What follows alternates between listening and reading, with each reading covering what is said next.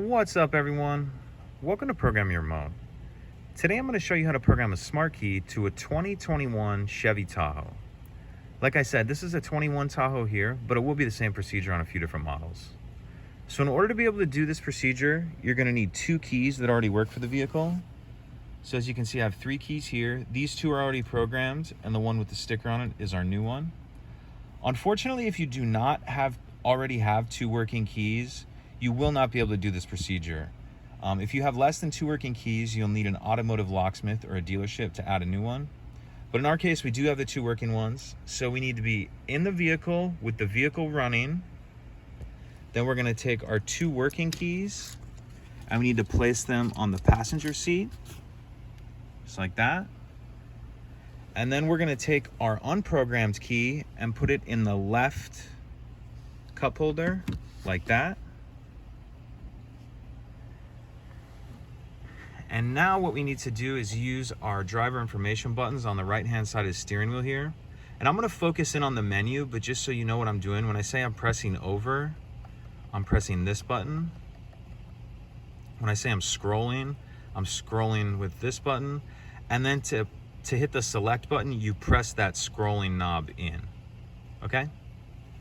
So we need to scroll over until we get to the settings menu, and that's the one that looks like a little gear.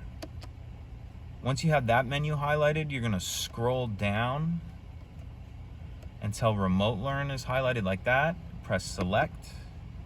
And then once you get to this screen, you'll press select twice. Then you'll see it says ready for key 3. If you already have, 3 or 4 keys programmed, you'll have a different number. But that tells us it's ready for our new one. So we have our unprogrammed key in the cup holder like that. And we have ready for key 3 up. Now we're gonna press the stop start button one time.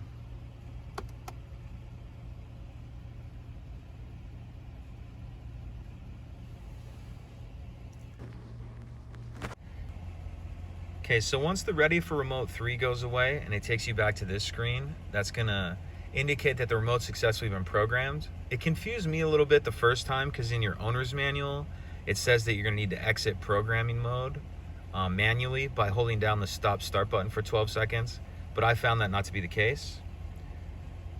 So now if you needed to program additional remotes, you'll repeat the previous step. When this screen's highlighted, press the select button twice. Now you can see it says ready for key 4.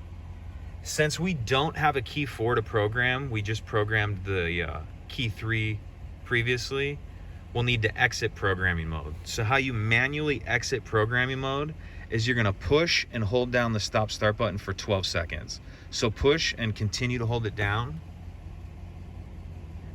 And we're gonna continue to hold it down until this screen goes away.